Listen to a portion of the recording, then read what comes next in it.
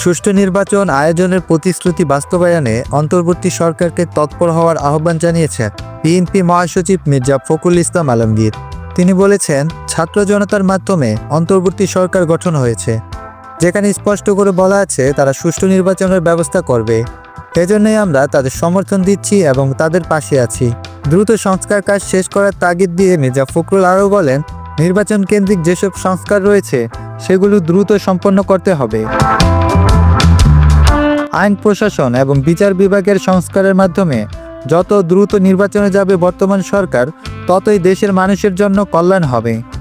এ সময় নেতাকর্মীদের উদ্দেশ্যে তিনি বলেন, জনগণের পাশে থেকে গণতান্ত্রিক পরিবেশ বজায় রাখতে হবে। অতীতে বিএনপি যেমন তাদের ইমেজ ধরে রেখেছিল, এবারও সেভাবেই জনগণের পাশে থেকে সেই ইমেজ ধরে রাখতে হবে।